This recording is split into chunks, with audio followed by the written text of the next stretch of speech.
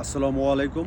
দেশ এবং দেশের বাইরে থেকে যারা আমার পাশে আছেন সবাইকে মুজিবের শুভেচ্ছা, সালাম, আদাব, নমস্কার।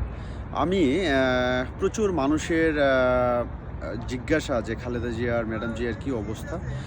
সে খালেদা জিয়া কি এখন বেঁচে আছেন নাকি কোন পর্যায়ে আছেন? আমি এই তার বাঁচা না মরার প্রশ্নের আগে ওনাকে এই পথে কে নিয়ে আসলো সেটাতে আমি যাচ্ছি।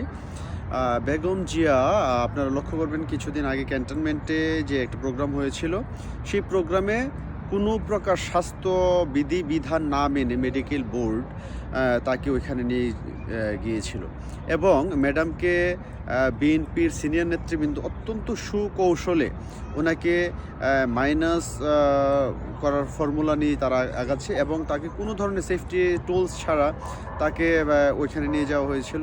এবং আপনারা খেয়াল করবেন ওইখানে যে ১,৫০০ লোকের গ্যাদারিং হয়েছিল, ওখানে ওনাকে যে মাস্কটা পরানো হয়েছিল, এই মাস্কটাও কিন্তু ওনার থুতনির নিচে লাগানো ছিল। আপনারা সামাজিক যোগাযোগ মাধ্যমে ইতিমধ্যে দেখেছেন। এবং উনি ফুসফুসে আক্রান্ত, লিভার সিরোসিসে আক্রান্ত, ওনার ডায়াবেটিসের প্রবলেম রয়েছে, ৮০ ঊর্ধ্ব একজন বয়োবৃদ্ধ মহিলা। ওনাকে এই ওনাকে ঠেলে দেওয়া হয়েছে আরেকটা মদ্যপানে আসক্ত ব্যক্তি ইউনুস ডি কস্টার কাছে। ইউনুস ডি কস্টা আপনারা জানেন লন্ডনে আমেরিকাতে বড় হয়েছে, সে প্রচুর মদ্যপান করে, সেও ৮০ ঊর্ধ্বে একজন বৃদ্ধ, তারও নানান ধরনের জটিল ভাইরাস আক্রান্ত রয়েছে। তাকে কোনো প্রকার নিরাপত্তা ছাড়া মিনিমাম ১ মিটার দূরত্ব থাকা উচিত ছিল, কিন্তু চেয়ারগুলো অত্যন্ত সুকৌশলে এত কাছাকাছি দেওয়া হয়েছে যাতে ওইখানে উনি আক্রান্ত হতে পারে। সেজন্য ওই প্রোগ্রাম থেকেই, ওই আসার পর থেকে কিন্তু ম্যাডাম জিয়ার এই শারীরিক যে জটিলতাটা তৈরি হয়েছে ওই প্রোগ্রামটার পরেই। এবং আপনারা খেয়াল করবেন ওয়াকার খান, সে ২ বার স্যালুট দিয়েছে, তার সাথেও প্রচুর লোক ছিল খুব কাছাকাছি, এবং প্রচুর লোকদেরকে ম্যাডামের কাছাকাছি যাওয়ার জন্য দেখতে পাওয়া গেছে। এবং তাদের মধ্যে কোনো ভাইরাস আছে কি না, বা এই ভাইরাসগুলো খালেদা জিয়ার শরীরে স্টেবল কি না, এগুলো উনি সহনশীল পর্যায়ে থাকতে পারবে কিনা, কোনো ধরনের মেডিকেল বোর্ডের কোনো ধরনের কোনো সেফটি ছিল না, তাদের কোনো ধরনের কোনো ছিল না, তাদের গাফিলতি এবং মেডিকেল বোর্ডের গাফিলতি এবং বিএনপির একটা অংশের চক্রান্তর ফল হচ্ছে আজকে খালেদা জিয়ার এই জীবন মৃত্যু সন্ধিক্ষণ। এবং আপনারা খেয়াল করবেন ওনাকে মেডিকেল বোর্ড, বাংলাদেশে যে চিকিৎসা সেবা দেওয়া হচ্ছে, ওখানেও হাজার হাজার নেতাকর্মীরা গিয়া মানে তারা ফটো সেশনে ব্যস্ত, তারা নেত্রীকে দেখবে, তারা সর্বশেষ ছবি কেউ সেলফি উঠানোতে ব্যস্ত, স্মৃতি ধরে রাখার জন্য ব্যস্ত।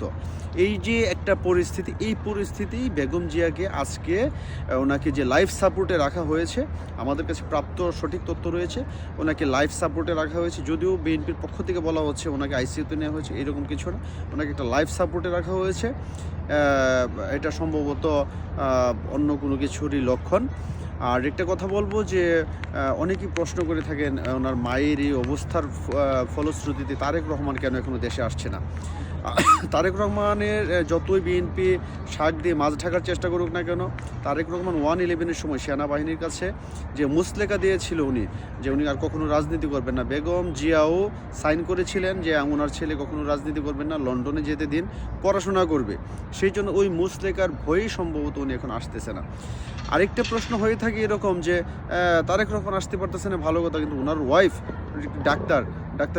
ডাক্তার জুবাইদা রহমান, ওনার মেয়ে ব্যারিস্টার জাইমা রহমান, এরাও কেন আসতেছে না? কুকুর ওয়াইফ কোথায়? এইসব প্রশ্ন কিন্তু আমরা না করলেও কিন্তু বিরোধী দল থেকে সাধারণ মানুষ কিন্তু এই প্রশ্নগুলো মানে করতেছে।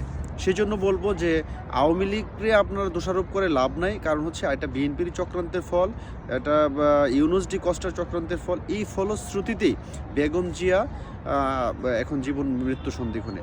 আমরা ব্যক্তিগতভাবে, দলগতভাবে এবং গণতান্ত্রিক কর্মী হিসাবে, শেখ হাসিনার কর্মী হিসেবে আমরা চাই বেগম জিয়া ফিরে আসুক, গণতান্ত্রিক ধারায় উনি রাজনীতি করুক।